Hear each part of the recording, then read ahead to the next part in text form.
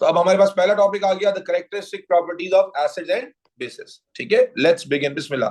Which oxide is amphoteric guys and girls? I want everybody to participate well. कौन सी oxide amphoteric है? याद करो, अली, जिया, गए, पब, यही था ना। तो कौन सी ऑक्साइड है? क्या ये, अब रिपीट करते जाओ, ये नॉन मेटल की ऑक्साइड है, ये कैसी होगी?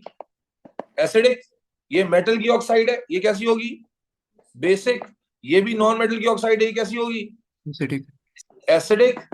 ये रिवाइज कर जाओ, तो ये अली, जिया, गए, पब में से यही एग्जांपल थी। It means this is our answer, aluminium oxide is a amphoteric oxide. माशाल्लाह माशाल्लाह। भाई आज कहां कहां से आपका नुज़ूल हुआ है? कहां हो इतने दिन से भाई? आपसे पूछ रहा हूँ, जवाब तो दो। कहां गायब हो इतने दिन से? अल्लाह खैर करे। ली थी ऑनलाइन, ले रहे थे क्लासेस? अच्छा बेटा, पहला सवाल सबको समझ आ गया? Everybody out there? Okay. Now बेटा, I need you to participate. Physical students, participation, discussions.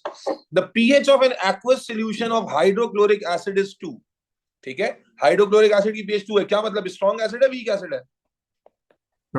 Strong acid. ठीक है, everybody please try to relate. PH जितनी कम होती है एसिड की, उतना वो स्ट्रॉन्ग होता है, और जितनी पीएच ज्यादा होती है उतना वो वीक होता है। बेस में उल्टा होता है, बेस में जितनी पीएच ज्यादा होती है वो उतना स्ट्रॉन्ग बेस होता है, और जितनी पीएच कम होती है उतना वीक बेस होता है। अब सवाल पूछा है, what would be the pH of the acid after addition of 10 gram of sodium chloride? कह रहा है HCl में क्या डाल दें? सोडियम क्लोराइड डाल दें। सोडियम क्या डाल दें? क्लोराइड। तो मुझे बताएं, क्या सोडियम क्लोराइड बेस होता है? क्या सोडियम क्लोराइड बेस है? ये तो सॉल्ट है। तो क्या सॉल्ट के डालने से इसकी पीएच में कोई फर्क पड़ेगा? नहीं पड़ेगा। The pH will still remain, बोलो, समझे नहीं समझे? अगर इसी जगह में इसमें क्या डाल देता, एसिड था, इसमें मैं क्या डाल देता? स्ट्रॉन्ग बेस डाल देता, तो पीएच जो है वो न्यूट्रलाइज हो जाती। क्या ख्याल है? अगर मैं इसमें वीक बेस डालता तो पीएच कंप्लीटली न्यूट्रलाइज नहीं होती, वो एसिडिक साइड पर रहती। इमेजिन करो कि अगर मैं HCl की पीएच, उसने कहा 2 है, 2 है, अगर मैं इसके अंदर एक स्ट्रॉन्ग बेस डालता तो स्ट्रॉन्ग एसिड स्ट्रॉन्ग बेस मिलकर क्या करते? पीएच को कहां पर ले आते? 7। अगर मैं इस स्ट्रॉन्ग एसिड में एक वीक बेस डालता, फिर पीएच 7 पे नहीं आती, फिर 7 से नीचे रहती, क्योंकि किसका इफेक्ट स्ट्रांग होता? एसिड का इफेक्ट स्ट्रांग होता है। एसिड बेस के पास कर रहे हैं। दोबारा देखो बेटा, I need you to participate. खामोश बैठने की इजाजत नहीं, क्लास से बाहर निकाल दूंगा, क्योंकि फायदा नहीं है इस तरह फिर अटेंड करने का। मैंने पहले भी बताया था, एसिड बेस के क्वेश्चन पेपर 1 के सबसे ज्यादा माइंड ड्रेनिंग क्वेश्चन होते हैं, जहां पर आपको एक वक्त में 50 चीजें दिमाग में सोचनी पड़ती हैं, और अल्हम्दुलिल्लाह we have gone through everything. इसलिए मैं बड़े खुले दिल के साथ आपको सारे कंसेप्ट दोबारा रिकॉल करा दूंगा, लेकिन आप पार्टिसिपेट तो करें, खाली मुंह बंद करके बैठने से गुजारा नहीं होगा। कंसेप्ट क्या है? यहां तो आसान था कि हाइड्रोक्लोरिक एसिड की पीएच 2 है, जिससे पता चल रहा है वो स्ट्रॉन्ग एसिड है। कहता है इसमें क्या डाल दिया? 10 ग्राम सोडियम क्लोराइड। ये क्या है? सॉल्ट है। जब सॉल्ट है तो सॉल्ट एसिड की पीएच पर कोई फर्क नहीं डालेगा, तो इस पर्टिकुलर क्वेश्चन में तो पीएच कितनी रहेगी? 2 ही रहेगी। लेकिन अगर इसकी जगह क्या होता, स्ट्रॉन्ग एसिड में मैं स्ट्रॉन्ग बेस डाल देता, दोनों का इफेक्ट बराबर है, स्ट्रॉन्ग स्ट्रॉन्ग है, तो पीएच बिल्कुल कैंसिल होकर कहां जाती? 7 पे। अगर मैं स्ट्रॉन्ग एसिड में डालता क्या? वीक बेस, तो किसका इफेक्ट डोमिनेट करता? स्ट्रॉन्ग एसिड में अगर मैं वीक बेस डालता, किसका इफेक्ट भारी होता? एसिड का, तो पीएच 7 से कम रहती। ठीक है जी, पीएच कम रहती। और अगर मैं फॉर एग्जांपल वीक एसिड डालता स्ट्रॉन्ग बेस में, अब क्या होता? अगर मैं वीक एसिड डालता स्ट्रॉन्ग बेस में, तो किसका इफेक्ट स्ट्रॉन्ग होता? बेस का, तो पीएच 7 से बेटा बोलो ज्यादा आती। ये वो कॉन्सेप्ट है जो आगे कहीं अल्लाह करे आ जाए, तो मैंने कहा चलो रिपीट कर दें। तो इसका जवाब क्या हो गया? क्लियर हो गई बात? आगे चलो। विच रो करेक्टली डिस्क्राइब्स ऑक्साइड्स? कौन सी रो करेक्टली ऑक्साइड्स को डिस्क्राइब करती है? ठीक है जी, तो आपको सबसे पहले जो ऑब्वियस वाली है वो पता है ना? ऑब्वियस वाली कौन सी है मेरे बच्चे? एम्फोटेरिक। सबसे पहले आपको पता है कि Al2 कौन सी होती है? एम्फोटेरिक। तो इसका मतलब बेसिक एसिडिक कैंसर, आंसर हमारा किसमें से होगा? सी और डी में से। फिर जो मेटल की ऑक्साइड होती है, वो कैसी होती है? बेसिक। और सल्फर डाइऑक्साइड नॉन मेटल की ऑक्साइड है। नॉन मेटल की ऑक्साइड कैसी थी? एसिडिक। रिलेट कर पा रहे हो? ऑक्साइड्स बहुत आती हैं एमसीक्यू में। फिर से याद करो, मेटल की ऑक्साइड्स बेसिक, नॉन मेटल की जनरली एसिडिक, लेकिन नॉन मेटल की सिंगल ओ वाली न्यूट्रल, और मेटल में अली, जिया, गए, पब, ये क्या थी? एम्फोटेरिक। चलो, which pair of substances react to form salt and water? Salt water कब बनता है? एसिड और बेस से। तो हमें देखना है कि कौन सा रिएक्शन एसिड और बेस का है। तो ये है सोडियम क्लोराइड। क्या सोडियम क्लोराइड एसिड या बेस होता है? It's a salt salt. Sodium hydroxide क्या होता है? बेस। बेस। एग्जांपल लिखी है ना आपने। और इथेनोइक एसिड क्या है? एसिड है। तो मेरे बच्चे जब एसिड और बेस रिएक्ट करते हैं तो क्या बनता है? Salt and water. आगे चलो, ये आगे भी करा देता हूं। जब ये क्या है? जिंक मेटल, ये क्या है? एसिड। जब मेटल और एसिड रिएक्ट करते हैं तो क्या बनता है ऑनलाइन वालों? सॉल्ट एंड सॉल्ट और हाइड्रोजन। Hydrogen gas. ये कार्बोनेट है और ये एसिड है। कार्बोनेट और एसिड रिएक्ट करते हैं तो क्या बनता है? बोलते जाओ। Salt water salt, hydrogen dioxide. Water and carbon dioxide. मुझे ऑनलाइन में से सिर्फ एक लड़के की आवाज आ रही है, बाकियों को क्लास में निकालना शुरू करूं क्या मैं? बेटा भले से मैं हमेशा कहता हूं और मैं कहता रहा, एसिड बेस इलेक्ट्रोलिसिस ये पेपर वन, आपको केमिस्ट्री ना पेपर टू नहीं मरवाएगा। आप मरोगे पेपर वन। जो पेपर टू भी नहीं कर पा रहा ना, वो तो खच्चर ही है, गधा है। उसने फिर क्लासेस ली ही नहीं है। जब भी मैंने आपको थ्योरी का कोई क्वेश्चन, थ्योरी इतनी रिपीटेड होती है कि जब आप ईयरली में भी करते हैं तो आप बोर हो जाते हैं, which is a good thing अगर आपने सिलेबस पढ़ा हो। लेकिन एमसीक्यू इज अ चैलेंज, और इसलिए एमसीक्यू के अंदर ऑर्गेनिक के एमसीक्यू हो, एसिड बेस के एमसीक्यू हो, इलेक्ट्रोलिसिस के एमसीक्यू हो, बॉन्डिंग के एमसीक्यू हो, ये एमसीक्यू आपको आगे पीछे कर देते हैं। इसीलिए मैंने पता नहीं किसी ग्रुप में शायद आप लोगों से बात हुई थी, किससे बात हुई थी, कि केमिस्ट्री के पेपर में जो बच्चे तैयारी करके जा रहे हैं ना, उनका एमसीक्यू स्कोर 40 में से 22-24 है एवरेज बच्चों का। तो ये कौन है जो 22-24 से आगे नहीं बढ़ पा रहे? ये वो हैं जो प्रैक्टिस होशो हवास में नहीं कर रहे, बस उनको जल्दी है कि बस ए बी सी डी कर दे। या ये वो बच्चे हैं जो जब एमसीक्यू प्रैक्टिस कर रहे हैं तो बस उनको ये जानना है कि बी आंसर है कि सी, उनको ये नहीं जानना कि ए, अगर बी आंसर है तो ए सी डी क्यों नहीं। तो जब आप अपनी क्रॉस आर्ग्यूमेंटेशन करोगे, यार ये आंसर क्यों है, ये और हर एक एमसीक्यू में चार चार बातें रिकॉल करोगे, तो जाकर बात बनेगी। और जब आपको बताया टीचर ने कि मेरे मेरे एंगल से इलेक्ट्रोलिसिस और acid base and salts paper one में सबसे मुश्किल है, ऑर्गेनिक से ज्यादा मुश्किल है। और ऑर्गेनिक अगर आपने पढ़ी हो तो इतनी मुश्किल नहीं होती, स्ट्रेट फॉरवर्ड होती है, सिवाय इसके दो चार टॉपिक। तो इसलिए you need to participate well. मैं तो करा के निकल जाऊंगा, मेरे कराने का मकसद है कि मैं यहाँ पर प्रूव कर रहा हूँ कि जो चीज आपने पढ़ी थी वो कैसे आ रही है, और आप उसको रिलेट करें। इसीलिए मैं कहता हूँ कि अगर आप एग्जाम के लिए कर रहे हो तो भले से आप नोट्स खोल लो, नोट्स खोल के देख देख के करो, ताकि ये तो कॉन्फिडेंस आ जाए कि अगर मैंने अपने रजिस्टर में लिखी हुई बातें अच्छे से दिमाग में रख ली तो I will be able to do it. और डिस्कशंस किया करो। जो लोग कमजोर हैं वो बेहतर है कि कंबाइन स्टडी करें। चलो, which reaction does not involve neutralization? क्या होता है न्यूट्रलाइजेशन? एसिड और बेस का बेस। रिएक्शन। कहता है कौन से रिएक्शन में न्यूट्रलाइजेशन नहीं हो रही, यानी कौन से रिएक्शन में एसिड और बेस रिएक्ट। बोलो बी। सोमिया, मुंह हिला सकते हैं। एसिड और बेस कौन से रिएक्शन में रिएक्ट नहीं कर रहे? नीचे से शुरू बी। करें। क्या ये एसिड है? यस और नो। क्या ये बेस है? तो यस। ये तो यस। न्यूट्रलाइजेशन हो गया, यस और नो। फिर यस। क्या ये एसिड है? यस। क्या यस। ये बेस है? देखो मेटल की क्यों, मेटल की ऑक्साइड क्या होती है? बेस। मेटल की ऑक्साइड क्या होती है? बेस होती है ना। मेटल की ऑक्साइड क्या होती है? बेस। तो ये भी क्या हो गई? एसिड और बेस हो गई। तो इसका मतलब ये भी क्या हो जाएगी? न्यूट्रलाइजेशन। भाई मेटल की ऑक्साइड बेसिक होती है, साथ में एसिड है, तो कैसे आपने कहा कि बेस नहीं है? ऊपर चलो। H2SO4 क्या है? एसिड। बेरियम क्लोराइड क्या है? सॉल्ट। सॉल्ट। क्या है? सॉल्ट। सॉल्ट। मेटल और नॉन मेटल का कंपाउंड क्या हो जाता है? सॉल्ट। मेरी जान के टोटे, इसका मतलब यहां पर न्यूट्रलाइजेशन बोलो नहीं हो रही। नहीं हो रही। ऊपर क्यों नहीं है? ए, क्योंकि ये एसिड और अमोनिया के बारे में जाओ अपने नोट्स में देखो, वहां लिखवाया मैंने कि अमोनिया क्या है? बेस है। अमोनिया क्या है? बेस है। तो मेरे बच्चे, हमारा सीधा सीधा आंसर, सवाल क्या था? देखो सवाल ना देखने में डेंजरस लगते हैं, कंसेप्ट खुदा की कसम उससे बाहर नहीं है जो तुमने लिखा है। तो हमने कहा कि कौन से रिएक्शन में न्यूट्रलाइजेशन नहीं हो रही, तो जिसमें एसिड बेस रिएक्ट नहीं कर रहे, तो आपने कहा ये भी एसिड बेस है, वो भी एसिड बेस है, वो भी एसिड, जो नहीं है वो लिख दिया। आगे चलो। which solution contain which solution containing 1 mole per dm cube of the compound would have the lowest pH? lowest pH किसकी होती है? स्ट्रॉन्ग एसिड्स की या वीक एसिड्स की? Strong acid. Strong acid. तो देख लो कौन सा स्ट्रॉन्ग एसिड है। क्या इथेनोइक एसिड स्ट्रॉन्ग है? ये तो हमने किसकी एग्जांपल ली थी? CH3COOH, वीक एसिड की। यस और नो? विनेगर। कौन सा एसिड स्ट्रॉन्ग नजर आ रहा है मीजान के टोटे? Hydrochloric hydrochloric acid. Acid. Once you know it, you know it. Hydrochloric acid, strong acid की चार एग्जांपल लिखवाई थी। HCl, H2SO4, HNO3 और H3PO4। H3PO4 सबका बाप है क्योंकि इसमें 3 H है। H2SO4 दूसरे नंबर पर, और HCl HNO3 में HCl तीसरे नंबर पे, और HNO3 सबसे नीचे होता है। लेकिन इतना ऑर्डर नहीं पूछेगा। लेकिन आपको ये तो पता है इथेनोइक एसिड क्या होता है, वीक एसिड होता है। वीक एसिड की क्या एग्जांपल लिखी थी? दो। आप देखिए नोट्स में, एक आपने लिखा है कार्बोनिक एसिड H2CO3 और एक आपने लिखा है ethanoic acid which is vinegar. That is what ethanoic acid, इसके तो रिएक्शन में लिखे हैं। आगे चलो बेटा, which statement about oxides is correct? क्या नाम था तुम्हारा बेटा? तुमने चैप्टर के लेक्चर पूरे नहीं किए ना अभी, और आपने कर लिए पूरे? यार उसने कर लिए, तुमने क्यों नहीं किए? तुमने इसको नहीं भेजे थे लेकिन नहीं किए। देखो मेरे बच्चे, इतना टाइम है नहीं कि अब आप जमा करो। केमिस्ट्री इतनी इतनी बड़ी नहीं है, लेकिन इतनी भी हल्की नहीं है कि आप बिल्कुल जमा करो। और इंटेंट यहीं पर तो नजर आना था, उसने कर लिया, विच इज वेरी गुड। चलो, which statement about oxide is correct? हाँ भाई, कौन सी स्टेटमेंट ठीक है? अब basic oxide is an oxide of non metal.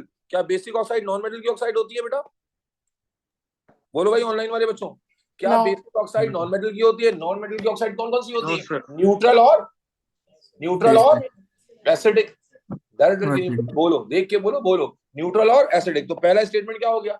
गलत हो गया। दूसरा स्टेटमेंट चलो, acidic oxides contain ionic bonds. हाँ भाई, आयोनिक बॉन्ड किसके होते हैं? मेटल में या नॉन मेटल में? मेटल में। और जो एसिडिक ऑक्साइड्स होती हैं किसकी होती हैं? मेटल की या नॉन मेटल की? तो क्या उनमें आयोनिक बॉन्ड्स होंगे? No. Ionic bonds are always between metal and non metal. जबकि जो एसिडिक ऑक्साइड्स होती हैं, they are the oxide of non metals. तो उनमें तो नॉन मेटल है, तो आयोनिक बॉन्ड हो ही नहीं सकता। आगे चलो, an amphoteric oxide contains a metal. हाँ भाई, एम्फोटेरिक ऑक्साइड में मेटल होता है, बिल्कुल। एल्यूमिनियम ऑक्साइड में एल्यूमिनियम मेटल है, जिंक ऑक्साइड में जिंक मेटल है, लेड ऑक्साइड में अलीजिया गए पब। यस और नो? Yes. ठीक है। Yes. Basic oxide are always gases. क्या मेटल की ऑक्साइड गैसेस होंगी? आयोनिक बॉन्ड है, all ionic compounds are solids. तो ये भी गलत हो गया। विच statement about amphoteric oxides is not correct? कौन सी स्टेटमेंट गलत है? ठीक है, they dissolve in water. Do they dissolve in water? यही गलत है ना? हमने क्या पढ़ा था? ये तो मेंशन किया गया, एम्फोटेरिक ऑक्साइड्स पानी में डिसॉल्व नहीं होती, एसिड और बेस में हो जाती है ना। लेकिन बाकी भी चेक कर लेते हैं। They are form only by metals. हाँ जी, ये तो ठीक है ना? Yes. ये तो ठीक है। हमने गलत वाली स्टेटमेंट सेलेक्ट करनी है। फिर दे react with aqueous sodium hydroxide. भाई क्या ये बेस से रिएक्ट करेंगी? Yes. एम्फोटेरिक ऑक्साइड बेस से रिएक्ट करती है और एसिड से भी रिएक्ट करती हैं, तो ये भी ठीक हो गया। They react with acids to give salts. Acid से भी रिएक्ट करती हैं। तो आप क्रॉस चेक करो कि सारे तुक्के में आंसर हो रहा है या वाकई में तुम्हें पता है। जी ऑनलाइन वाले बच्चों, ये ऑनलाइन में एक ही लड़के की आवाज आ रही है, बाकियों को मेरी हाय बददुआ ना लग जाए। लड़कियों के गले में क्या आज टॉन्सिल नीचे तक उतर गया है? क्या हो गया? गला बंद हो गया है? क्या मसला है? चलो बेटा, the sentence describe two metals and their oxide. कहता है एक सेंटेंस लिखा हुआ है जिसमें दो मेटल्स और उनकी ऑक्साइड्स की बात हो रही है, दोनों मेटल हैं। Metal x could be copper because its oxide is dash. मुझे बताओ कॉपर की ऑक्साइड कैसी होगी? एसिडिक होगी, बेसिक होगी या एम्फोटेरिक होगी? Basic. It would be basic. Basic. क्योंकि जिसके बैकग्राउंड में चीखम चिल्ला है वो खुदा के लिए मुंह बंद रखे, माइक बंद रखे। तो metal x could be copper. अब हमने क्या पढ़ा था? मेटल की ऑक्साइड या तो बेसिक होती है या एम्फोटेरिक होती है। एम्फोटेरिक कौन सी? बार बार रिपीट करो। अलीजिया, गैपब, एल्यूमिनियम, जिंक और लेड। तो कॉपर की क्या होगी फिर? बेसिक होगी। तो हमने बेसिक रखा। And metal Y could be dash because its oxide is amphoteric. Metal Y क्या हो सकता है? ऑप्शन देख लेते हैं मेरे बच्चे। मैग्नीशियम नहीं हो सकता। एल्यूमिनियम हो गया। देखो आंसर उस वक्त आपको हेल्प करते हैं जब कॉन्सेप्ट पता हो, वरना तो आप ये थोड़ी है कि अक्कड़ बक्कड़ बम्बे वो या कोई सिफली जादू करोगे आंसर पॉप आउट हो जाएगा। What when the product of a reaction between two gases is added to water, a solution of pH 7 is formed. कहता है दो when the product of a reaction between two gases, दो gases को react कराया, उससे एक product बना, और उस प्रोडक्ट को जब पानी में डाला है तो पीएच कितनी आई है? 7 आई है। पीएच कितनी आई है? कहता है what could be these gases. 7 आने का मतलब क्या है? वो न्यूट्रल है। कौन? कि जब गैस ए और गैस बी को रिएक्ट कराया तो इनका प्रोडक्ट जो है वो न्यूट्रल है। यस और नो? तो अब बताइए, हाइड्रोजन और क्लोरीन को रिएक्ट कराएंगे तो क्या बनेगा? HCl। क्या HCl न्यूट्रल होगा? नहीं। हाइड्रोजन और नाइट्रोजन को रिएक्ट कराएंगे तो क्या बनेगा? Ammonia ammonia. क्या अमोनिया न्यूट्रल है? अभी तो बताया अमोनिया क्या होती है? बेस। हाइड्रोजन और ऑक्सीजन को रिएक्ट कराएंगे तो क्या होगा? वाटर बनेगा। और क्या वाटर न्यूट्रल होता है? यस और नो? Yes. चलो, a sample of air was bubbled into water the pH of the water slowly changes from 7 to 6। 7 से 6 होने का क्या मतलब हुआ कि न्यूट्रल से क्या हो गई, slightly Acidic. Acid. slightly acidic। Which gas in the sample cause this change? किस गैस की वजह से ये चेंज आया होगा? क्या ऑक्सीजन का कोई नेचर है? नहीं। क्या No. नाइट्रोजन का कोई नेचर है? नहीं। कार्बन मोनोऑक्साइड हमने आपको क्लास में पढ़ाई, जो सिंगल ओ वाली होती है वो कैसी होती है, न्यूट्रल। सिंगल ओ वाली कैसी होती है, न्यूट्रल। तो फिर कौन बच गया, carbon Carbon dioxide dioxide. Gas. Carbon dioxide कैसी गैस है, एसिडिक गैस है। जब पानी में डिसॉल्व, भाई कोल्ड ड्रिंक में होती है ना डिसॉल्व, तो कोल्ड ड्रिंक कैसी हो जाती है, एसिडिक। सवाल में उसने कहा था कि भाई पीएच चेंज हुई है बबल करने से 7 to 6, स्लाइटली क्या हो गई है, एसिडिक हो गई है। तो कौन सी गैस आई, वही ऑक्साइड का कंसेप्ट आ गया कि कौन सी ऑक्साइड एसिडिक है। तो मेरी जान के टोटे नॉन मेटल की ऑक्साइड एसिडिक है। यहाँ पर कार्बन डाइऑक्साइड की जगह अगर सल्फर डाइऑक्साइड होता तो वो भी आंसर हो जाता। यस, सल्फर ट्राइऑक्साइड होता तो वो भी आंसर हो जाता। नाइट्रोजन डाइऑक्साइड होता तो वो भी आंसर हो जाता। अगर नाइट्रस मोनोऑक्साइड होता तो क्या आंसर होता, सिंगल ओ वाले कैसे होते हैं, न्यूट्रल होते हैं। Neutral.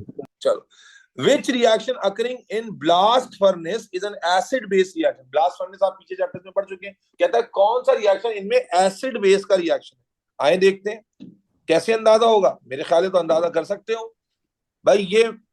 ये आप देखिए, ये कैसी ऑक्साइड है, Neutral. कार्बन मोनोऑक्साइड कैसी है, न्यूट्रल है। तो ये तो एसिड बेस हो ही नहीं सकता। एसिड बेस में एक एसिडिक और एक बेसिक नेचर का होना चाहिए। What about calcium oxide? Calcium oxide कैसा है, बेस। Basic. और सिलिकॉन ऑक्साइड कैसा होगा, Acidic. हो गया एसिड बेस, हो गया acid base guys and girls. Clear? चलो, Yes, sir. What is the property of hydroxide ion? Hydroxide ion की प्रॉपर्टी, हाइड्रोक्साइड किसमें आता है, बेस में।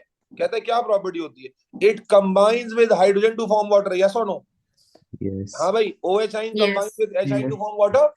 Yes. सिंपल। लेकिन H आयन तो नहीं है, हाइड्रोजन नहीं लिखा हुआ।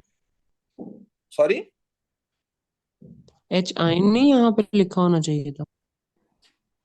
अबे तो बाकी देख लेते हैं। इन्होंने अच्छा पॉइंट उठाया है कि इसमें हाइड्रोजन आयन नहीं लिखा हुआ, तो मैं बाकी चेक कर लेता हूँ। हो सकता है जोश में आके मैंने भी कोई जल्दबाजी दिखा दी, बाकी भी चेक करनी चाहिए थी मुझे।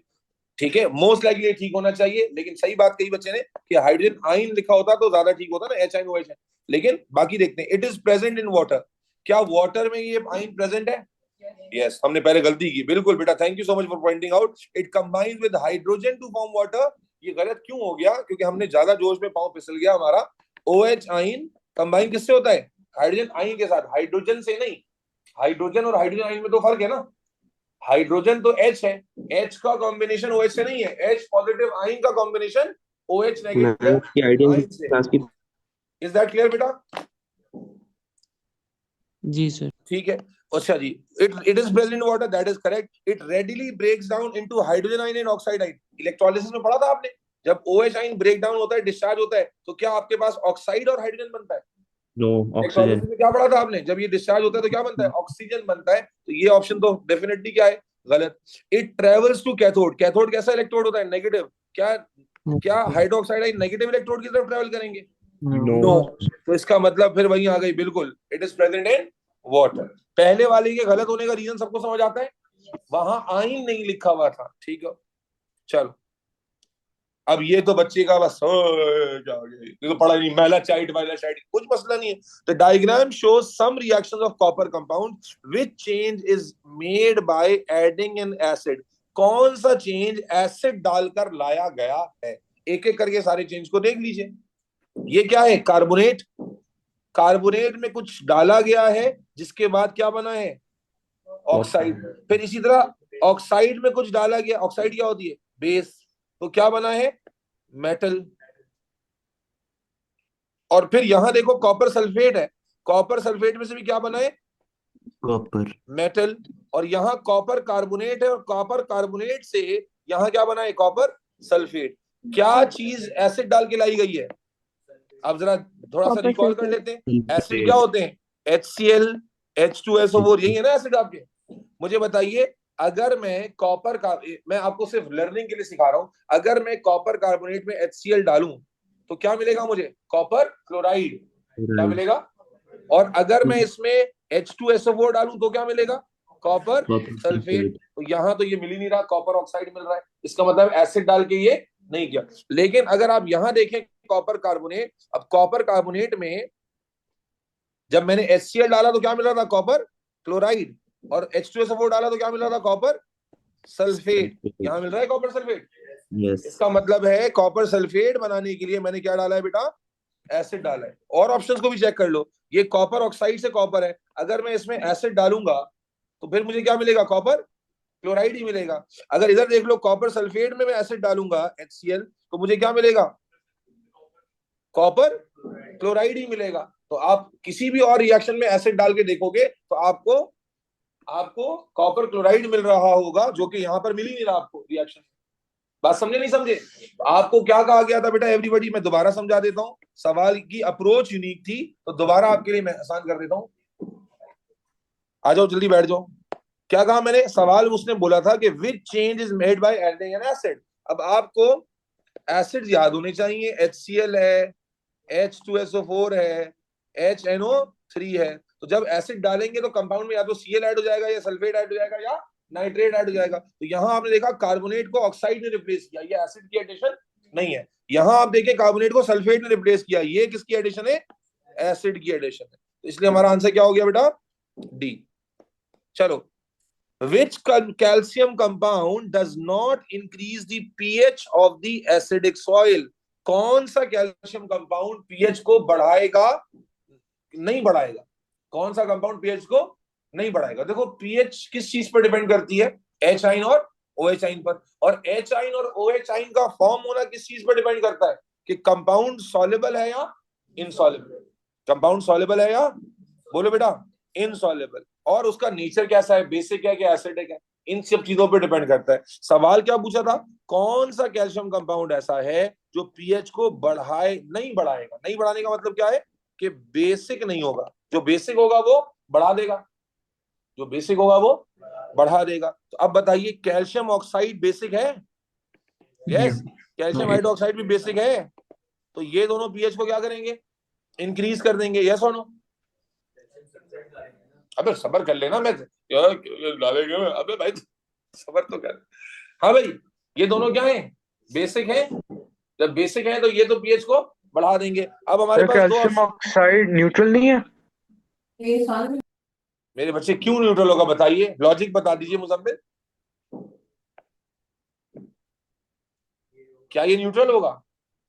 मेटल के ऑक्साइड्स या तो बेसिक होते हैं या एम्फोटेरिक। आप सिंगल और एक का तो नहीं फंस रहे हो, ओके सर, गड़बड़ ओके कर दी ना। तो बेटा ये दोनों तो बेसिक है, ये पीएच को बढ़ा देंगे। Everybody clear, everybody clear. अब उसके बाद हमारे पास आ गया कैल्शियम सल्फेट और कैल्शियम कार्बोनेट। जी, कौन सा पीएच को नहीं बढ़ा सकता? माशाल्लाह, तुक्का भी लगाया तो गलत लगाया, कैल्शियम सल्फेट। क्यों क्यों? अब बजाहिर आपको नजर आ रहा है कि दोनों इनसॉल्युबल है, कैल्शियम कार्बोनेट भी इनसॉल्युबल है और कैल्शियम सल्फेट भी इनसॉल्युबल है। लेकिन मेरे बच्चे जब मैं कैल्शियम कार्बोनेट डालूंगा किसमें, एसिडिक सॉइल में, कैल्शियम कार्बोनेट डालूंगा एसिडिक सॉइल में। बल्कि इसको देख लेते हैं ना, रिएक्शन लिख कर देख लेते हैं, मैं रिएक्शन लिख देता हूं आपके लिए। ये समझ आ गया, ये दोनों रूल आउट हो गए, ठीक है। अब देखो कैल्शियम कार्बोनेट एसिड से रिएक्ट कर रहा है, मैं कोई भी एसिड ले लेता हूं, लेट सपोज मैं यहां पर ले लूं H2SO4 और यहां पर कैल्शियम सल्फेट के साथ भी ले लें H2SO4। तो यहां पर आप क्या देखोगे कि क्या मिल जाएगा आपके पास, कैल्शियम सल्फेट, कार्बन डाइऑक्साइड और वाटर। और यहां पर क्या मिलेगा आपको, कैल्शियम सल्फेट और साथ में नहीं, तो आयन रिप्लेसमेंट ही नहीं होगी ना, यहाँ तो रिएक्शन ही नहीं होगा, दोनों के पास सल्फेट आयन ही है, तो इसमें रिएक्शन होगा ही नहीं। तो मुझे बताएं, यहां जब कार्बन डाइऑक्साइड बनेगी तो कार्बन डाइऑक्साइड कैसी गैस है, एसिडिक गैस है, तो पीएच को चेंज कर सकती है? कार्बन डाइऑक्साइड एसिडिक गैस है तो पीएच को चेंज नहीं कर सकती। Carbon dioxide is an acidic gas. उसने सवाल क्या पूछा था, which calcium compound does not increase the pH of the acidic soil. PH of the acidic soil, अगर कार्बन डाइऑक्साइड उसमें रिलीज होगी तो पीएच चेंज होगी। और पीएच, अब फॉर एग्जांपल सॉइल की जो पीएच है वो 2 है, कार्बन डाइऑक्साइड वीक एसिड होती है, जब इसमें रिलीज होगी तो पीएच को 2 से 6 तक ले जाएगी या 2 से 5 तक ले जाएगी। मेरी बात समझो बेटा, पहले मुझे हर बच्चे का जवाब चाहिए क्योंकि ये अच्छा सवाल है, तो मैं सबको क्लैरिटी दे दूं। ये दो रूल आउट कैसे हुए, क्लियर है? ये दोनों क्या थे? Yes, base, sir. एवरीबॉडी। इनको रूल आउट करना समझ आ गया। अब हमारे पास कैल्शियम कार्बोनेट था, कैल्शियम सल्फेट था। दोनों कैल्शियम के कंपाउंड है, दोनों इनसॉल्युबल है, because all carbonates are insoluble, all sulphates are soluble except काबा बब्बू। तो काबा बब्बू में calcium sulphate is insoluble, yes और नो? अब सवाल था दोनों में से आंसर कौन सा होगा, तो मेरे बच्चे कैल्शियम सल्फेट ही आंसर है, क्योंकि कैल्शियम सल्फेट में जब आप एसिड डाल रहे हो रिएक्शन होगा ही नहीं, क्योंकि सल्फेट सल्फेट दोनों सेम आइन है, एक्सचेंज नहीं बनेगा। लेकिन कार्बोनेट में क्यों नहीं आंसर बन रहा, वो सीखने की काम है। जब कार्बोनेट का रिएक्शन आप एसिड से कराओगे तो इसके रिएक्शन में क्या बनेगी, कार्बन डाइऑक्साइड गैस। और अगर सॉइल की पीएच अभी 2 या 3 है तो कार्बन डाइऑक्साइड इस पीएच को क्या करेगी, वीक एसिड होने की वजह से इसको 5 या 6 तक ले जाएगी। तो पीएच तो इंक्रीज कर दी ना, पीएच क्या कर दी, इंक्रीज कर दी। अगर सॉइल की पीएच एसिडिक है, कार्बन डाइऑक्साइड एसिडिक गैस है, तो एसिड के इफेक्ट की वजह से, वो वीक एसिडिक इफेक्ट की वजह से पीएच 5 to 6 पर आ जाएगी। तो इसका मतलब ये जो सवाल उसने कहा कि does not increase the pH, वो तो गलत हो गया। तो इसलिए आंसर क्या है बेटा, कैल्शियम सल्फेट। हम तुक्के मार के आंसर नहीं कर सकते जी बेटा, बोले कैल्शियम सल्फेट का तब भी कैल्शियम क्लोराइड बनेगा, उससे भी पीएच पे कोई फर्क नहीं पड़ेगा। अगर चलो बहुत अच्छा सवाल पूछ लिया कि सर कैल्शियम सल्फेट के साथ अगर मैं HCl डाल दूं तो क्या होगा, तो मेरे बच्चे सॉल्ट, और ये आप देखें ना, कैल्शियम क्लोराइड बनेगा और साथ में क्या बनेगा, नहीं कैल्शियम सल्फाइड वो बनेगा और H2SO4 बनेगा। अब आप कहें H2SO4 बनेगा, तो मेरे बच्चे H2SO4 स्ट्रॉन्ग एसिड है या वीक एसिड है, तो ये पीएच को बढ़ाएगा या कम कर देगा, कम कर देगा। तो तब भी आंसर फिर भी कैल्शियम सल्फेट ही बनेगा। अगर आप कोई स्टूडेंट ऐसा है जो अप्रोच में किसको लेकर आ रहा है, HCl को, तब भी आगे प्रोडक्ट में क्या बना, H2SO4। तो H2SO4 being a strong acid pH को इंक्रीज करेगा या फर्दर डिक्रीज कर देगा, डिक्रीज कर देगा। तब भी ये हमारे सवाल का आंसर कैल्शियम सल्फेट ही बैठेगा, क्योंकि पीएच इंक्रीज नहीं होगी, फर्दर डिक्रीज हो जाएगी। तो आप किसी भी अप्रोच से जाएंगे आपको आंसर क्या मिलेगा बेटा, calcium sulphate. Is everybody clear? Carbon dioxide release which is acidic, yes बेटा, कार्बन डाइऑक्साइड एक वीक एसिड होता है, और वीक एसिड क्या करता है, पीएच को 7 के करीब लेकर आ जाता है। जब सॉइल एसिडिक है तो पीएच नीचे है, जब उसमें वीक एसिड ऐड होगा तो पीएच 7 के करीब आएगी, डाइल्यूट होगी, और इसीलिए किसी भी तरह से लेकर जाओगे आंसर क्या बनेगा, कैल्शियम सल्फेट बन जाएगा। अच्छा सवाल था ये, ठीक है, और तुमने जो पॉइंट आउट किया उससे एक और कंसेप्ट की भी प्रैक्टिस हो गई। आगे चलो बेटा, an excess of calcium oxide hydroxide is added to acidic soil। हाँ भाई, ये तो हमने क्लास में पढ़ा है। कैल्शियम हाइड्रोक्साइड क्या होता है, इसको क्या कहते हैं बेटा, lime water. Sadia, Abdul Rahman, Samia, Maryam, Azan, are you all with me, Haris, Tayyab, Yes, sir. बेटा lime water is added to acidic soil, ये आपने क्लास में पढ़ा हुआ है। What happens to the pH of the soil. अब लाइम वाटर क्या होता है, बेस है, तो पीएच डिक्रीज होगी कि इंक्रीज होगी, इंक्रीज इंक्रीज होगी। बेस पीएच को क्या करते हैं, इंक्रीज करते हैं। सादिया, यस और नो बेटा? ताहा, तैयब, पीएच क्या हो जाएगी। अक्सर बच्चे क्या करते हैं, ट्रैप में फंस जाते हैं कि वो समझते हैं पीएच डिक्रीज, भाई बेस पीएच को क्या कर रहा है, इंक्रीज। तो इसका मतलब आंसर यहां से यहां होगा। अब मुझे बताएं, सॉइल की अपनी पीएच न्यूट्रल होती है कि स्लाइटली बेसिक होती है, स्लाइटली बेसिक स्लाइटली बेसिक होती है। तो जब हम कैल्शियम हाइड्रोक्साइड को डालते हैं एक्स, और वो भी लिखा हुआ है एक्सेस में डालते हैं, तो पीएच क्या हो जाएगी, 10 हो जाएगी। यहाँ पर पहली गलती, बच्चा जल्दबाजी में क्या करता है, पीएच डिक्रीज लिख देता है। दूसरी गलती, वो कहता है बेस और एसिड का रिएक्शन है तो क्या लिख देता है, न्यूट्रल। मैंने क्या बताया कि हमेशा न्यूट्रल होना जरूरी नहीं है। और यहाँ तो मेंशन भी था ना कि एक्सेस में कैल्शियम हाइड्रोक्साइड डाला, इसका मतलब एंड पीएच किस तरफ जाके एंड होगी, 7 पर नहीं, बेस की साइड पर जाकर एंड होगी। क्या ख्याल है बेटा, क्लियर है ऑनलाइन वाले बच्चों? Yes sir yes Yes, sir. sir. चलो next question, next question, which substances react Yes, together to give hydrogen। भाई हाइड्रोजन कब बनती है, जब एसिड मेटल से रिएक्ट करता है आमतौर पर, यस और नो? चलो देख लेते हैं, कैल्शियम ऑक्साइड और वाटर, कैल्शियम और ऑक्साइड और वाटर के रिएक्शन। दूसरा, कॉपर एंड डाइल्यूट। मुझे बताओ, कॉपर और HCl का रिएक्शन होगा या नहीं होगा? नहीं होगा। नो तो भाई कैसे होगा, ये लेस रिएक्टिव होता है, नो रिएक्शन। अल्लाह के बंदो, ज्यादातर बच्चे इसी वाले एमसीक्यू में फंस जाते हैं, क्योंकि वो कहते हैं ये मेटल है और ये क्या है, एसिड है, और मेटल एसिड का नॉर्मल जो रिएक्शन होता है क्या बनता है, सॉल्ट और हाइड्रोजन। लेकिन आप वो रिएक्टिविटी भूल गए। Copper being a less reactive element क्या HCl में से हाइड्रोजन को निकाल सकता है? अगर कोई और मेटल होता तो रिएक्शन हो जाता और हाइड्रोजन बनती, लेकिन कॉपर तो HCl को निकाल ही नहीं सकता, तो इसलिए ये पर्टिकुलर रिएक्शन बोलो नहीं होगा। ठीक है जी। उसके बाद मुझे बताएं, मैग्नीशियम का स्टीम से रिएक्शन होता है? वाटर से रिएक्शन नहीं पढ़ा आपने? Magnesium readily react with steam. Magnesium का रिएक्शन स्टीम के साथ होता था और क्या बनता था? मैग्नीशियम का ऑक्साइड और हाइड्रोजन गैस। क्या कॉपर स्टीम से रिएक्ट करता है? नहीं। वाटर के रिएक्शन याद है? कोल्ड वाटर से रिएक्शन, स्टीम से reaction, and iron was the last element to react with steam. Iron के बाद स्टीम से भी कोई रिएक्ट नहीं करता। ये इस चैप्टर का नहीं था, ये आपने मेटल्स एंड रिएक्टिविटी में अपनी कॉपी में लिखा हुआ है कि आप जब वाटर के रिएक्शंस पढ़ रहे थे तो आपको पढ़ाया गया था कि भाई शुरू के जो टॉप 3 हैं वो किससे रिएक्ट करते हैं? कोल्ड वाटर से। उसके बाद जो बाद वाले हैं वो किससे रिएक्ट करते हैं? स्टीम से। और आयरन इज द लास्ट जो स्टीम से रिएक्ट करता है। तो ये भाई साहब जो कह रहे हैं कॉपर स्टीम से रिएक्ट कर जाएगा, नहीं करेगा। तो इसलिए, और मैग्नीशियम और स्टीम का रिएक्शन तो आपके सिलेबस में आपने पढ़ा था कि मैग्नीशियम जब स्टीम से रिएक्ट करता है तो मैग्नीशियम ऑक्साइड और हाइड्रोजन बनाता है। किसी को यकीन नहीं आ रहा तो पीछे जाकर देखो, आपने मैग्नीशियम का रिएक्शन कोल्ड वाटर से भी लिखा हुआ है और मैग्नीशियम का रिएक्शन स्टीम से भी लिखा हुआ है। कोल्ड वाटर वाला जाकर देखिए तो स्लो लिखा हुआ था जहां पर हाइड्रो ऑक्साइड बन रहा है, और स्टीम वाले रिएक्शन में ऑक्साइड बन रहा है। जिन्होंने नोट्स प्रॉपर बनाए हुए वो reaction with water metals and reactivity में ये मैंने मेंशन करके लिखवाया है। कोल्ड वाटर वाले में भी मैग्नीशियम रिएक्ट करता है, स्लोली करता था, वहां आपके पास हाइड्रो ऑक्साइड और हाइड्रोजन बनता है, और स्टीम के अंदर ऑक्साइड और हाइड्रोजन बनता है। ये आपने मेटल्स एंड रिएक्टिविटी में लिखा हुआ है। आगे चलते हैं। An alloy of copper and zinc is added to an excess of dilute hydrochloric acid. Copper है और जिंक है, किस में डाला? HCl में। हाँ भाई, जिंक का रिएक्शन हो जाएगा, लेकिन कॉपर का रिएक्शन बोलो नहीं होगा। जब जिंक का रिएक्शन होगा तो क्या होगा? जिंक क्लोराइड बनेगा और हाइड्रोजन गैस बनेगी। अब कहता है विच ऑब्जर्वेशंस आर करेक्ट? कौन से ऑब्जर्वेशन करेक्ट हैं जी? रेसिड्यू लिखा हुआ है और फिल्ट्रेट लिखा हुआ है। पहले मुझे बताओ, फिल्ट्रेट क्या चीज होती है? जो फिल्टर पेपर से पास हो जाए। तो ये रिएक्शन हो गया है, कौन सा कंपाउंड बना है? Zinc chloride. तो जिंक क्लोराइड का कलर क्या होगा? ब्लू किसका होता है? कॉपर सल्फेट का। या कॉपर के कंपाउंड में आपने पढ़ा था ट्रांजिशन मेटल्स में कि कॉपर सल्फेट का कलर ब्लू होता है।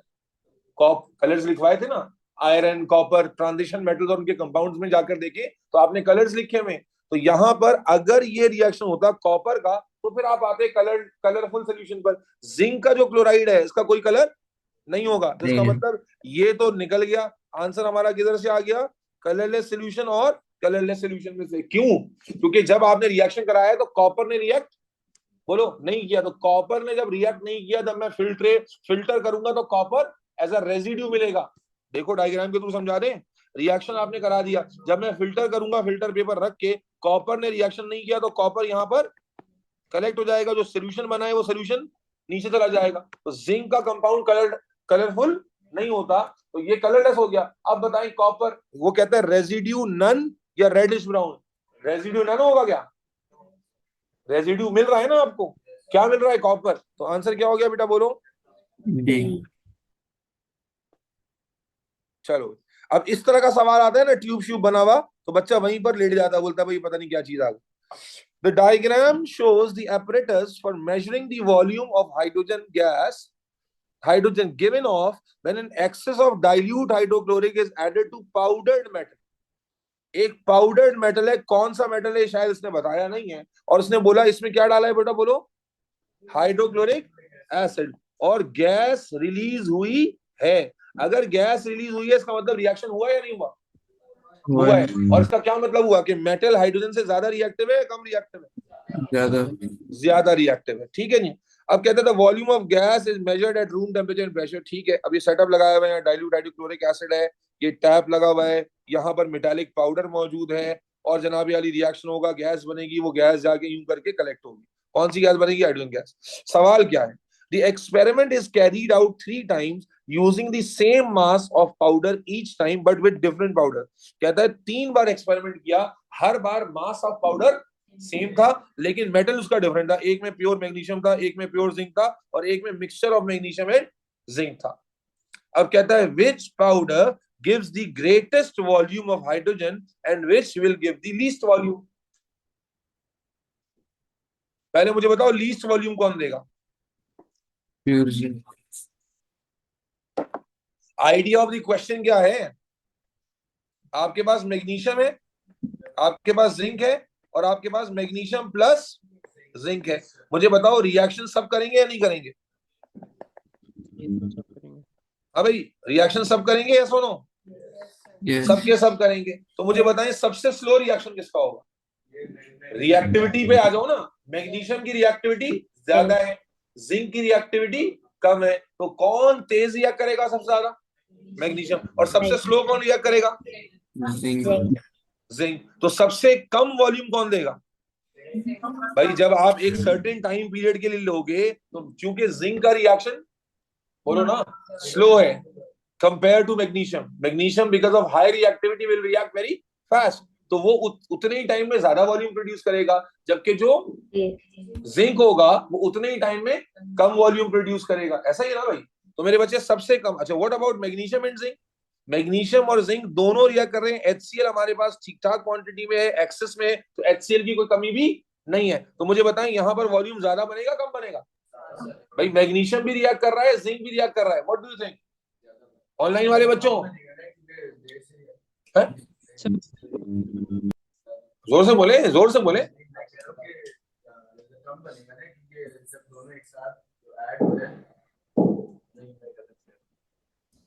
जी ऑनलाइन वालों, जब मैग्नीशियम और जिंक दोनों को यूज करोगे तो क्या करोगे बेटा बताओ?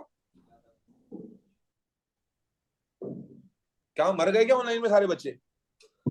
हिबा, तारिक, इनाया, आतिका, सादिया। हेलो जी सर, आवाज आ रही है आपकी। तो आवाज आ रही, तो आप लोगों की क्यों नहीं आ रही रिटर्न में? आपकी आवाज क्यों नहीं आ रही रिटर्न में? Copper react. जी Ali, Mehdi, Atika, Maryam, Sadia, Sufiyan, Ahmad, Azan, Abdullah. B. A B नहीं पूछ रहा हूं मैं जो पूछ रहा हूं उसका जवाब दो। मैं कह रहा हूं मैग्नीशियम और जिंक दोनों यूज किया है, दोनों रिएक्ट करेंगे नहीं करेंगे? भाई एक्सेस sir. सिर्फ मैग्नीशियम करेगा। नो सर, दोनों नहीं करेंगे। अच्छा, ये अभी किसने कहा दोनों नहीं करेंगे? दरमियान में किसकी आवाज थी ये? जिस लड़के ने बोला था अभी।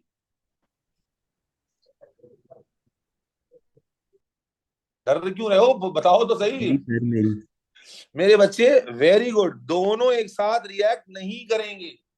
क्यों नहीं करेंगे? भाई प्रिंसिपल है, जब मोर रिएक्टिव मेटल होता है तो लेस रिएक्टिव मेटल रिएक्ट। जब मोर रिएक्टिव मेटल होता है तो लेस रिएक्टिव मेटल रिएक्ट। जब तक पूरा मैग्नीशियम खत्म नहीं होगा तब तक जिंक का रिएक्शन शुरू नहीं होगा। ये तो रस्टिंग में पूरा मंजन बेच चुके हो तुम। बज़ाहिर तो हमें नजर आ रहा है कि मैग्नीशियम और जिंक दोनों रिएक्ट कर सकते हैं, लेकिन जब हमने आयरन के साथ जिंक की यूज किया था तो एक वक्त में क्या रिएक्ट करता था? High reactive metal. तो मालूम हुआ यहां पर सिर्फ मैग्नीशियम रिएक्ट करेगा, यहां पर भी मैग्नीशियम रिएक्ट करेगा, और यहां पर जिंक रिएक्ट करेगा, और जिंक का रिएक्शन क्या होगा? स्लो। तो इसका मतलब लीस्ट वॉल्यूम कौन देगा? जिंक। जिंक देगा या मिक्सचर? जिंक। देखो हमने सेम मास लिया है, इधर देखो बेटा, सेम मास लिया है। इसका मतलब जो मास ए है उसमें सारा का सारा मास मैग्नीशियम का है, मास बी में सारा का सारा मास किसका है? जिंक का। और यहां पर आधा मास मैग्नीशियम का होगा, आधा जिंक का होगा, और रिएक्ट सिर्फ मैग्नीशियम कर रहा है, तो पूरा मास रिएक्ट कर रहा है, आधा मास रिएक्ट कर रहा है। तो फिर जिंक कैसे देगा सबसे लीस्ट? दोबारा देखो, दोबारा सोचो एवरीबॉडी। आपको सवाल में क्या कहा गया था? जब तक समझ नहीं आएगी आगे नहीं बढ़ाऊंगा बेटा। Using the same mass of powder each time. आपने अगर यहां 2 ग्राम लिया, ये भी 2 ग्राम लिया, तो ये भी 2 ग्राम लिया। इस 2 ग्राम में पूरा क्या था? मैग्नीशियम। इस 2 ग्राम में पूरा क्या था? जिंक। लेकिन इस 2 ग्राम में कुछ मैग्नीशियम था और कुछ जिंक था, आसान लफ्जों में। और रिएक्शन भी सिर्फ एक ही कर रहा है। तो ये बात तो सबसे ऑब्वियस हो गई कि सबसे कम वॉल्यूम कौन देगा बेटा? बोलो, लीस्ट वॉल्यूम किससे मिलेगा? मिक्सचर से। तो इसका मतलब है आंसर या तो हमारा ये होगा या आंसर हमारा ये होगा। यस और नो? अब आ जाओ ग्रेटेस्ट वॉल्यूम पर। सबसे तेज कौन रिएक्ट करेगा? Magnesium. Is that clear everybody? Yes, sir. पूरी अप्रोच के साथ समझ आ गई बात? Yes. ये वो अच्छा था यार जिसने भी डर डर के जवाब दिया, लेकिन मेरे बच्चे ये तो आप पढ़ चुके हो ना रेस्टिंग में कि जब दो मेटल्स एक साथ होते हैं और एक हाई रिएक्टिव होता है और एक लो रिएक्टिव होता है तो दोनों थोड़ी रिएक्ट करते हैं। जो हाई रिएक्टिव है वो रिएक्ट करता है, जब वो खत्म होगा फिर लो रिएक्टिव रिएक्ट करेगा। यही तो पूरा आइडिया था सेंट्रीफ्यूगल प्रोटेक्शन का। तो और इसी बेसिस पर ही इस सवाल की बुनियाद। चलो गुड हो गया। ओके जी, सोडियम हाइड्रोक्साइड। अच्छा ये 20 सवाल हो रहे हैं, इसके बाद मैं सॉल्ट के क्वेश्चंस कराऊंगा। ये तो एसिड बेस चल रहा था, फिर बाकी सारे मैं ही करा दूं। सॉल्ट के भी क्वेश्चंस हैं, वो करते हैं इसके बाद, ठीक है। Sodium hydroxide was added. Sodium hydroxide क्या होती है? Strong base. Was added to dilute hydrochloric acid. ये क्या होता है? Strong acid. The Acid. pH of the solution in the flask was measured at intervals until no further change takes place. अभी मैंने बताया था जब स्ट्रॉन्ग को स्ट्रॉन्ग से जोड़ते हैं तो pH क्या आती है? न्यूट्रल आ जाती है। तो क्या होगा बेटा? What would be the change in the pH? Decrease to 7. अच्छा नहीं ये देखो, इंक्रीज और डिक्रीज टू 7 है। यहाँ पर देखो पहले pH क्या होगी? 7 से कम है, पहले लेस देन 7 है, बाद में बेस डाल रहे हैं, तो इसका मतलब है pH डिक्रीज टू 7 होगी, इंक्रीज टू 7 होगी? Increase to 7। एसिड की है ना, पहले pH किसकी है? एसिड की, बाद में बेस डाल रहे हैं तो pH क्या होगी? इंक्रीज होगी ना बाद। ठीक हो गया भाई? अगर यहाँ पर 2 है pH तो इंक्रीज होके 7 हुई ना भाई हीरो। Yes, sir. चलो भाई अब कुछ क्वेश्चन खुद ही कर लेना इसके। अब सॉल्ट के कुछ क्वेश्चंस करते हैं। 20 क्वेश्चन अच्छे खासे होते हैं, आपके आधा पेपर 1 हो गया, ठीक है। चले भाई अब आ जाए सॉल्ट के सवाल देखते हैं। ये आपकी और नानी जान याद दिलाने वाले। क्यों? क्योंकि अगर आप सॉलिबिलिटी को लेके श्योर नहीं है तो फंसेंगे ही फंसेंगे। सॉलिबिलिटी में मिस्टेक नहीं चाहिए। सॉल्ट को करने के लिए सॉलिबिलिटी की गेम तगड़ी होनी चाहिए एवरीबॉडी, ठीक है। रिमशा जफर कोई पार्टिसिपेशन नहीं हो रही तुम्हारी क्लास में। अभी जरा क्लास के बाद अम्मी को कॉल करता हूं मैं। I need to talk to your dear mom. कोई पार्टिसिपेशन नहीं है पूरी क्लास में, ना चैट में ना वर्बली, ठीक है। चलो भाई, group 1 metal forms compound with group 7 halogen. Group 1 के मेटल है, रिमशा जवाब देना। मेटल है 7, ग्रुप 7 से कंपाउंड बना रहे हैं, कैसा कंपाउंड होगा? कोवेलेंट या आयोनिक? आयोनिक। आयोनिक। आयोनिक। ये किसने जवाब दिया? रिमशा ने दिया जवाब या नहीं दिया अभी तक? रिमशा जफर। चलो आगे कहते हैं compounds formed are dash in water. Ionic compound है तो पानी में सॉल्युबल होंगे, इनसॉल्युबल होंगे? Soluble. Soluble. And contain dash bonds. कौन सा बॉन्ड कंटेन करेंगे? Ionic. बस आसान हो गया। तो 1 क्या होगा? सॉल्युबल या इनसॉल्युबल? 1 soluble and Soluble. 2 में आयोनिक। Ionic.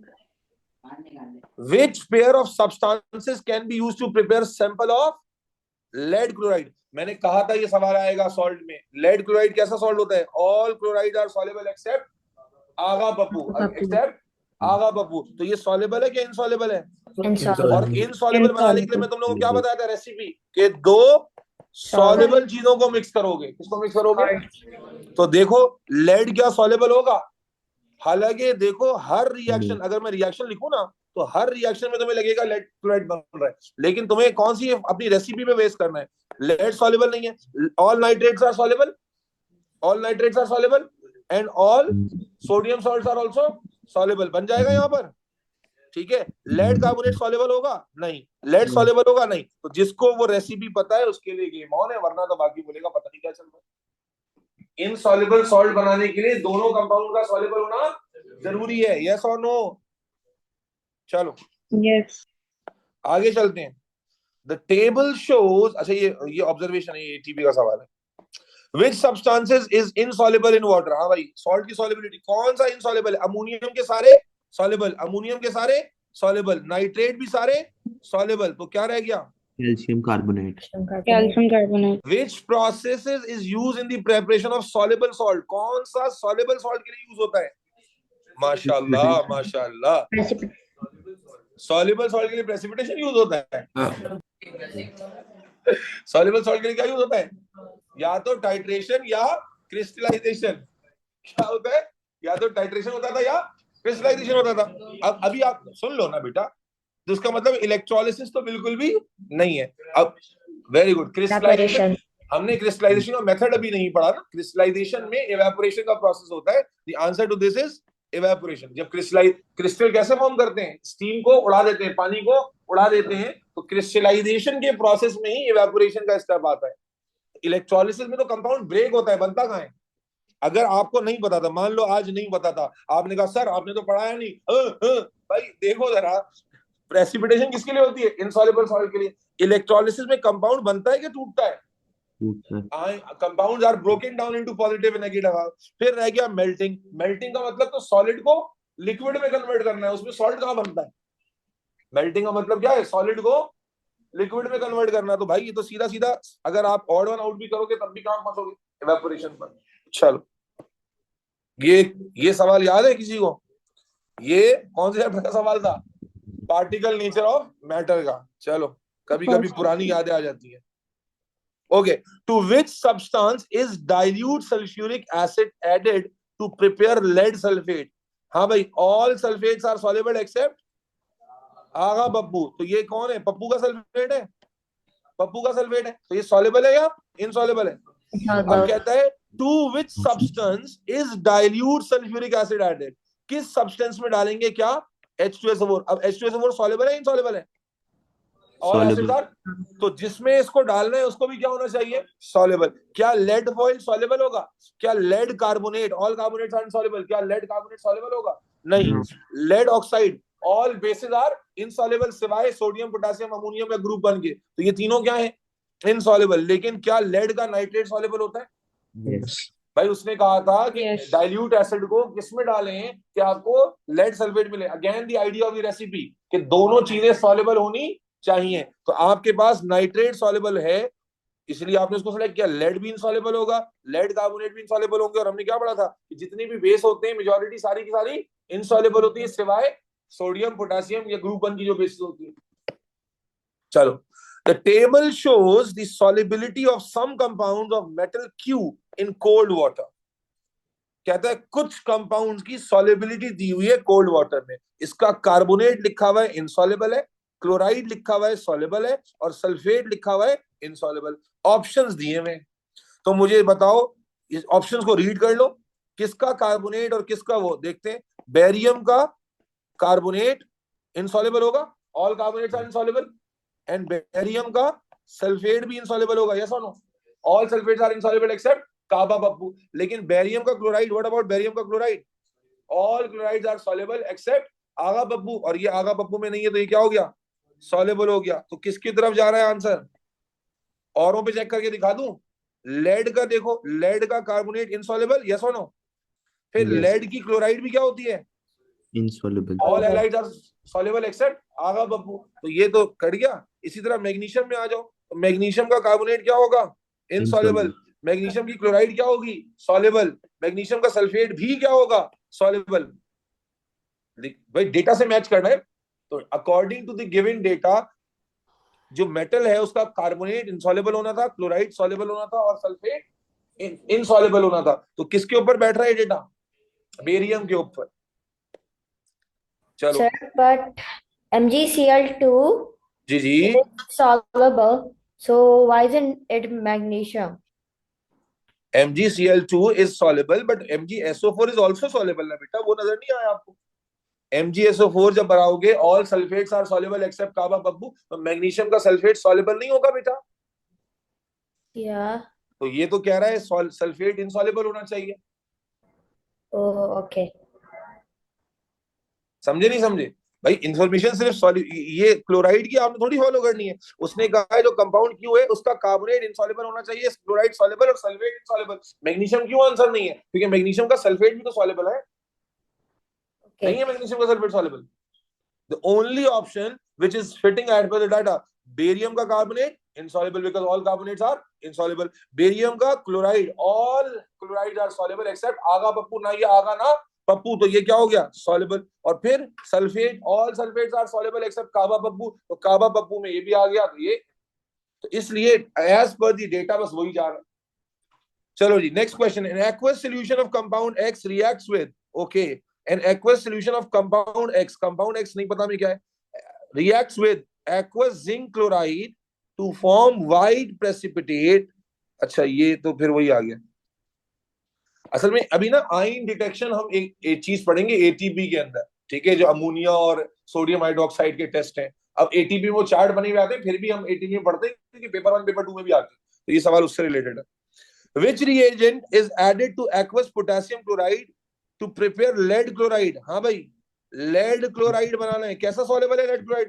कैसा सॉल्ट है? इनसॉल्युबल। और इनसॉल्युबल सॉल्ट को बनाने के लिए कह रहा है कि पोटेशियम क्लोराइड हम यूज कर रहे हैं।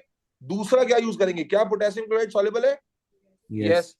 तो इसके साथ दूसरी चीज भी क्या होनी चाहिए? सॉल्युबल। क्या लेड सॉल्युबल है? नहीं। क्या लेड कार्बोनेट सॉल्युबल है? नहीं। क्या लेड सल्फेट सॉल्युबल है? नहीं। सिर्फ क्या सॉल्युबल है? Lead chloride. Which compound is insoluble in water? कौन सा कंपाउंड इनसॉल्युबल है? इनसॉल्युबल। नाइट्रेट सारे सॉल्युबल हैं, सोडियम के सारे कंपाउंड सॉल्युबल हैं, all chlorides are soluble except आगा बब्बू, ये भी सॉल्युबल है। सिर्फ क्या सॉल्युबल नहीं है? अब आप देख, आप एग्जामिनर का जब जब इनसॉल्युबल ला रहा है लेड का ही ला रहा है। मैं आपको ट्रिक बता दूं, लेड आएगा, सिल्वर आएगा और बेरियम आएगा। बच्चे रट्टा लगा के चले जाते, लेकिन बच्चा उसमें भी क्रैक नहीं कर पा रहा हो क्योंकि बच्चा तो गधा है।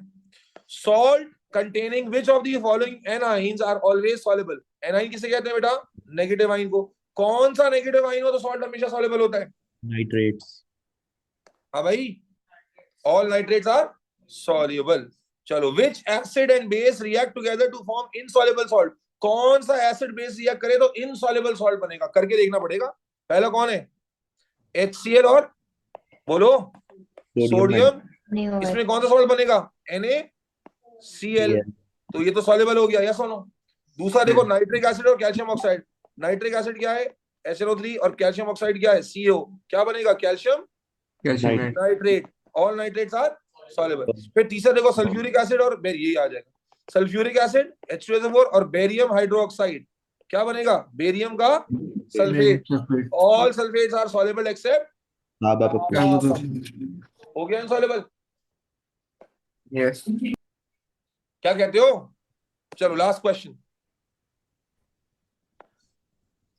Which substance would not be used for preparing a pure sample of crystalline magnesium sulfate by reaction with dilute sulfuric acid? कह रहा है कौन सा सब्सटेंस हम यूज नहीं करेंगे अगर हम क्या बना रहे हैं? मैग्नीशियम सल्फेट बना रहे हैं। क्या बना रहे हैं? मैग्नीशियम सल्फेट बना रहे हैं। अब कैसे पता चला? वही तो आई नहीं है। ये कौन से मेथड की बात हो रही है? क्रिस्टलाइजेशन की। अभी मैंने आपको रेसिपी किसकी बताई थी? इनसॉल्युबल सॉल्ट की, सॉल्युबल वाले सॉल्युबल। क्रिस्टलाइजेशन की रेसिपी नहीं बताई। अब चूंकि MCQ में आ गया, चलो नोट्स में चलो रेसिपी बताता हूं। चलो नोट्स में वापस चलो, वहां रेसिपी लिखो, रेसिपी लिखो, रेसिपी।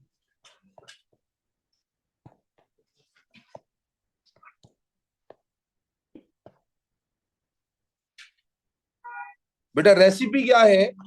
क्रिस्टलाइजेशन की रेसिपी में तवज्जो रखो बेटा, क्रिस्टलाइजेशन की रेसिपी में एसिड यूज किया जाएगा, एसिड यूज किया जाएगा इनसॉल्युबल कार्बोनेट के साथ। इनसॉल्युबल बोलो, या इनसॉल्युबल बेस के साथ। पहली प्रेफरेंस होगी कार्बोनेट, दूसरी प्रेफरेंस होगी बेस। दोबारा देख लो बेटा। और यहां पर एसिड यूज किया जाएगा रेसिपी में, जब भी आपको टाइट्रेशन करनी होगी एसिड यूज किया जाएगा हमेशा सॉल्युबल कार्बोनेट के साथ या सॉल्युबल बेस के साथ। रेसिपी ऐड कर लो बेटा दोबारा से, कि जब क्रिस्टलाइजेशन के रिएजेंट्स पूछे जाएंगे, ये रेसिपी हम डिटेल में पढ़ेंगे, बट अभी क्योंकि MCQ में नजर आ गई तो काहे के लिए रिस्क ले भाई, कि जब क्रिस्टलाइजेशन का रिएक्शन करना होता है, सॉल्ट को क्रिस्टलाइजेशन के थ्रू बनाना होता है, तो एसिड देखो सब इधर भी एसिड है और इधर भी क्रिस्टलाइजेशन टाइट्रेशन, दोनों में एसिड यूज हो रहा है। यहां फर्क क्या है? क्रिस्टलाइजेशन में आप इनसॉल्युबल कार्बोनेट या इनसॉल्युबल बेस यूज कर रहे होते हैं प्रेफरेंशली, और यहां पर आप एसिड के साथ क्या यूज कर रहे होते हैं? सॉल्युबल कार्बोनेट या सॉल्युबल बेस। ठीक है, अब आप वापस चलोगे वहां, तो बच्चे ने जो आंसर ए दिया वो समझ आएगा आपको कैसे दिया। क्या कहा मैंने? क्रिस्टलाइजेशन की रेसिपी हो या टाइट्रेशन की रेसिपी में एसिड तो कॉमन होता है, उसके साथ फर्क यह है टाइट्रेशन में इनसॉल्युबल बेसिस या सॉल्युबल कार्बोनेट्स की जरूरत होते हैं और क्रिस्टलाइजेशन में इनसॉल्युबल कार्बोनेट्स। अब मैं वापस उसी सवाल पे चलता हूं ताकि आपको कॉन्फिडेंस वापस बहाल हो जाए। क्या पूछा था उसने कि मैग्नीशियम सल्फेट को बनाने के लिए किस वुड नॉट बी यूज्ड, किसको यूज नहीं करेंगे? हाँ भाई, किसको यूज नहीं करेंगे? क्या आइडिया था? अच्छा, बल्कि उसने क्या कहा, which substance would not be used for preparing bye reacting with sulphuric acid. तो सल्फ्यूरिक एसिड क्या है? H2SO4 है ना, H2SO4 है। तो क्या चीज यूज करना नहीं हमें है बेटा, बताइए? नाइट्रेट, क्योंकि वो इनसॉल्युबल तो यूज करना होता है ना बच्चे, किसको यूज नहीं Soluble करना? base. सॉल्युबल को। तो इसमें कौन है soluble? All nitrates are Soluble. क्यों? क्योंकि देखो ये कार्बोनेट भी इनसॉल्युबल है, बेसिस भी इनसॉल्युबल होती है और ऑक्साइड भी इनसॉल्युबल होती है। तो रेसिपी फॉलो होगी, क्या फॉलो होगी रेसिपी? कि एसिड का रिएक्शन किससे होता है वहां? इनसॉल्युबल कार्बोनेट या इनसॉल्युबल बेस से। तो इसने पूछा था कौन से नहीं कराना है, तो जो सॉल्युबल होगा उससे नहीं कराना। Clear guys and girls? Yes, sir. Yes, sir. This was just a basic overview of the chapter acid, bases and salts. मेरे एंड से ये चैप्टर कंप्लीट होता है। अब मेरे बच्चे, आप अल्लाह के हवाले, अगर आप तरीके से नोट्स तरीके से पढ़ेंगे, एक बार इनकी दोबारा प्रैक्टिस करके जो रिमेनिंग क्वेश्चन है वो खुद से करेंगे, जो क्वेरीज हैं उन क्वेरीज पर गौर करेंगे और उसके बाद अपनी क्वेरीज हल करेंगे, आप सीख जाएंगे। याद रखें, एसिड, बेसिस एंड सॉल्ट्स को छोड़कर आप पेपर नहीं निकाल सकते पेपर वन। और आपको मैंने बार बार कहा कि average score of a good student in paper one is 22 to 24, maximum 26 of a good student. तो गुड से जो है ना, गुड से आगे बेटर और बेस्ट बनने के लिए you need to have a good recall, you need to have a good practice and you need to have a good temperament. जल्दबाजी में भी गलती हो जाती है बार। ठीक है जी, तो थैंक यू सो मच। इंशाल्लाह ताला अब जब मिलेंगे तो हम आपको ऑर्गेनिक केमिस्ट्री का इंट्रोडक्शन देंगे और अब हम स्टार्ट करेंगे ऑर्गेनिक। हमारा जो प्लान है, जो मैंने लास्ट टाइम बताया था, ऑर्गेनिक हम अभी से शुरू करेंगे। Target is to complete organic with past papers till mid of January. इस ऑनलाइन ग्रुप में बहुत सारे बच्चे ऐसे बैठे हुए जो ऑर्गेनिक मेरे साथ ऑलरेडी कर चुके हैं, लेकिन जो बहुत सारे बच्चे इन्होंने नहीं किए, जिन्होंने किए उनके लिए रिविजन होगा, जिन्होंने नहीं की उनके लिए फर्स्ट टाइम होगा। तो मिड ऑफ मार्च तक हम अपना ऑर्गेनिक कंप्लीट करेंगे। अपना ख्याल रखिएगा, अल्लाह हाफिज़।